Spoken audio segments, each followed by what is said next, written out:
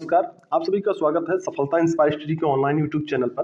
दोस्तों, आज का सेशन जो है हिंदी का प्रैक्टिस सेट नंबर 4 है और आज का सेशन इंपॉर्टेंट है यूपी टेट परीक्षा और मुख्य रूप से लेखपाल परीक्षा के लिए।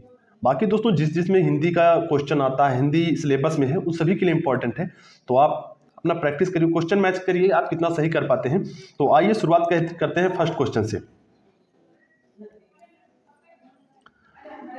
पहला क्वेश्चन है, हिमांशु शब्द का संधि विच्छेद ज्ञात कीजिए।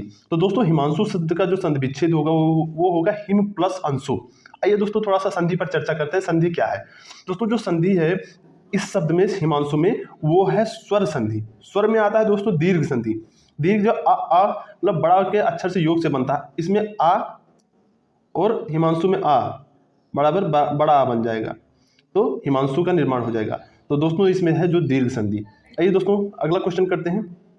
अगला क्वेश्चन है, नायक शब्द में कौन सी संधि है? तो दोस्तों जो नायक शब्द में संधि है वो है अयाद संधि। इसका जो संधि विच्छेद होगा नय प्लस अक बराबर नायक। नेक्स्ट क्वेश्चन, ब्राह्मण का पर्यायवाची नहीं है।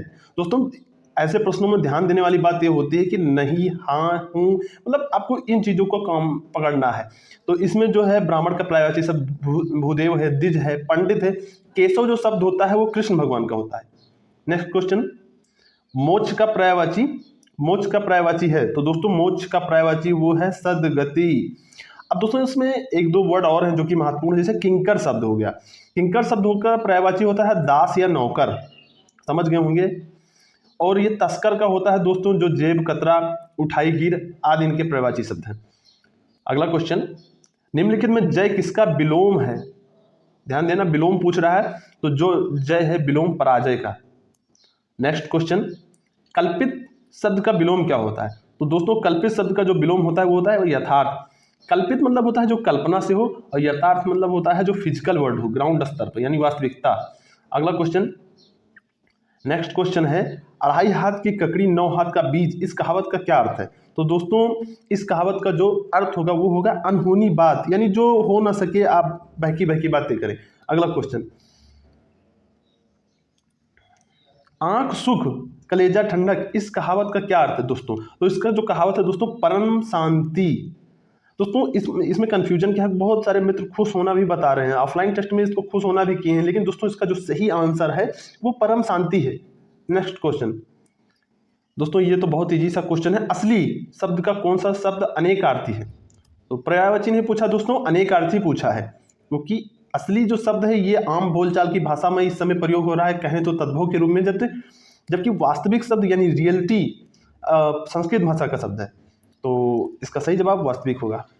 अगला प्रश्न, उक्ति शब्द का अनेकार्थी शब्द नहीं है, तो ये है दंगा।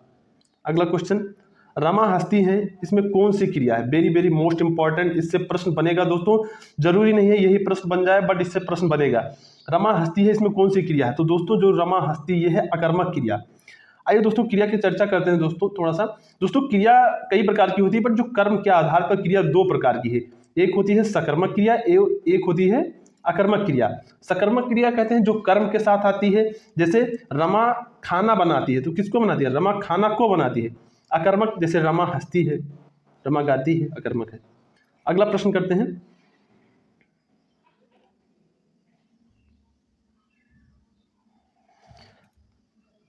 क्रिया के मूल रूप को क्या कहते हैं? प्रश्न है क्रिया के मूल रूप को क्या कहते हैं? तो दोस्तों क्रिया के मूल रूप को धातु कहते हैं।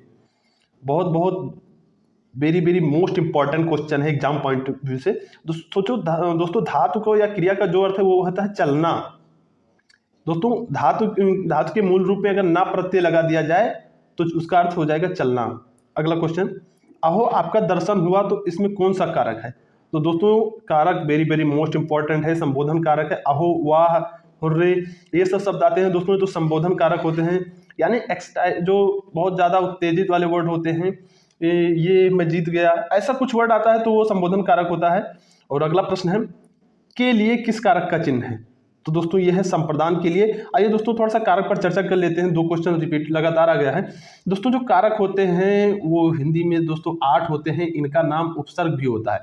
पूरा नाम है दोस्तों, मतलब पूरा जो कारक चिन्ह है, कर्ता ने कर्म को करण से द्वारा संप्रदान के लिए अपादान से संबोधन हे हरे भोरे, जैसा कि अभी इसमें पूछा है ये वाला क्वेश्चन 13 नंबर में देखिए दोस्तों, संबोधन कारक। तो अगर कहीं हे हरे भोरे आ शब्द आते हैं दोस्तों तो आप समझ जाइए संबोधन कारक है।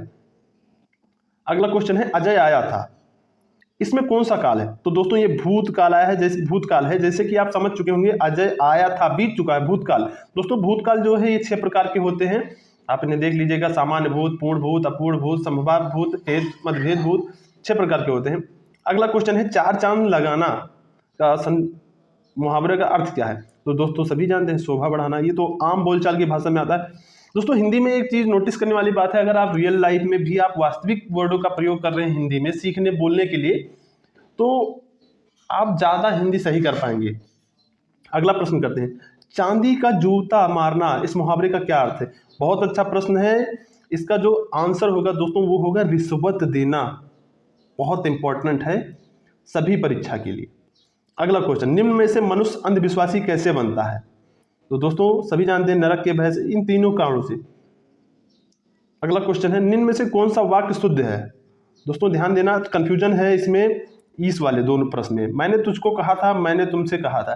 दोस्तों ये एक वास्तविक लैंग्वेज है, जबकि ये आजकल खड़ी हिंदी, अक्सर आप बाहर जाएंगे तो कुछ कहीं कहीं लोग इसको बोलते हैं मैंने तुझको बोला था, तुझको ये किया था, जबकि ये एक गलत भाषा है, मतलब त्रुटिपूर्ण है, वाक्य शुद्ध नहीं है। अगला क्वेश्चन है, भाषा परिधान मात्र नहीं बल्कि क्या होता है?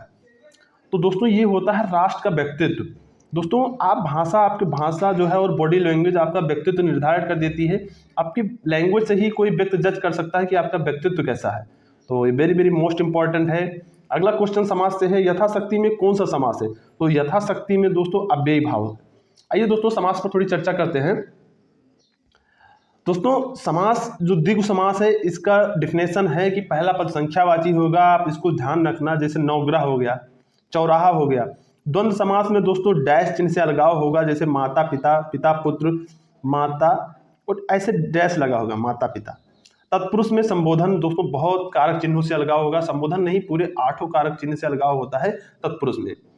आइए दोस्तों अगला फिर समास से क्वेश्चन है दोस्तों, नीलकमल में समास बताएं। नीलकमल में जो समास कंफ्यूजन है वो है इसमें कर्मधारय और बाहुव्रीहि में। नीला है जो कमल अर्थात नीलकमल, तो यहाँ पर कर्मधारय है, वेरी वेरी मोस्ट इंपॉर्टेंट।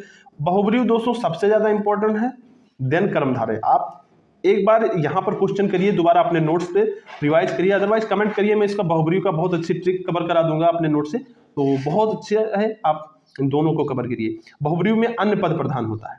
अगला क्वेश्चन दोस्तों, अगला क्वेश्चन छंद से है, निम्न में कौन वर्णिक छंद है? तो दोस्तों इसका सही आंसर कुंडलियां है। आइए अगला प्रश्न करते हैं दोस्तों, टोटल 25 प्रश्न है, और अगर दोस्तों आप मेरे इस चैनल पर नए हैं तो आप इसको सब्सक्राइब कर सकते हैं, आपको सिर्फ इंपॉर्टेंट वीडियोज ही मिलेगी, और आप जहां भी तैयारी कर रहे हैं करते रहिए, इस पर थोड़ा शॉर्ट वीडियो ही आती है ज़्यादातर, जो कि इंपॉर्टेंट सेशन रहता है।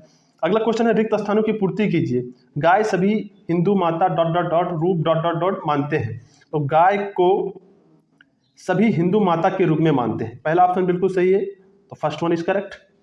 अगला क्वेश्चन करते हैं, आज का अंतिम प्रश्न है दोस्तों क्या है, ये क्वेश्चन बहुत महत्वपूर्ण है, और हिंदी सेशन में दोस्तों ऐसा कुछ नहीं है कि कोई गारंटी ले सकता है ये आएगा, बट आप जहां भी प्रैक्टिस कर रहे हैं करते रहिए, इंपॉर्टेंट रहता है, और कोई भी क्वेश्चन प्रैक्टिस कर रहे हैं टच में रहेंगे, प्रैक्टिस बन जाएगी। तो दोस्तों अगर आप इस चैनल पर नए हैं तो इसका इंस्टाग्राम आईडी है सफलता _inspire_study, आप इसे इंस्टाग्राम पर फॉलो कर सकते हैं और टेलीग्राम से जुड़ सकते हैं, और पर्सनल कोई सुझाव देना चाहते हैं या कमेंट करना चाहते हैं दोस्तों, अगर आप वीडियो वॉच कर रहे हैं रेगुलरली तो प्लीज़ कमेंट करके बताइए आपको सेशन कैसा लग रहा है, या लेवल इसका बढ़ाया जाए थोड़ा, या ऐसे ही ठीक है, सारा कुछ कमेंट करके बताएं दोस्तों, जिससे मुझे भी पता चले कि हाँ लेवल कैसा चल रहा है। तो अगला क्वेश्चन करते हैं, विशेषण की अवस्थाएं होती हैं। बहुत अच्छा क्वेश्चन है दोस्तों, इस बार यूपीएसआई में ये क्वेश्चन आया है, विशेषण की कितने अवस्थाएं होती हैं। आप समझ सकते हैं अगर यूपीएसआई में ये प्रश्न आया है तो यूपी टेट और सुपर टेट और लेखपाल के लिए तो इम्पॉर्टेंट है ही, जरूरी नहीं है आ जाए लेकिन इम्पॉर्टेंट है। तो दोस्तों विशेषण की जो अवस्थाएं होती हैं वो होती 5 प्रकार की। अब आप एक ट्रिक से याद कर लीजिए कि संज्ञा और विशेषण जब पूछे तो आप कांग्रेस का चुनाव चिन्ह पंजा दिखा दीजिए, यानी दोनों 5-5 प्रकार के होते हैं। अब चर्चा कर लेते हैं विशेषण किसे कहते हैं, थोड़ी सी चर्चा कर लेते हैं। जो शब्द संज्ञा और सर्वनाम शब्दों की विशेषता बताते हैं विशेषण कहलाते हैं। जैसा कि राम बहुत सुंदर है, तो जो सुंदर शब्द आया है दोस्तों वो संज्ञा राम की विशेषता बता रहा है कि राम सुंदर है। जैसे मैं कह दूं कि मोहन एक वैज्ञानिक है, तो वैज्ञानिक उसकी विशेषता बता रहा है मोहन की, तो वो विशेषण हो गया। 5 प्रकार कौन कौन से होते हैं? गुणवाचक, संख्यावाचक, परिमाणवाचक, संकेतवाचक और व्यक्तिवाचक, ये होते हैं। तो इसका सही जवाब है दोस्तों 5। उम्मीद करता हूं दोस्तों आज का सेशन आपको पसंद आया होगा और आई होप आपने एंजॉय किया होगा। आपका कितना सही है आप कमेंट करके बताइए। टोटल 25 क्वेश्चन था। तो अब मिलते हैं जल्द ही कल अगले सेशन में। तो थैंक यू फॉर वॉचिंग।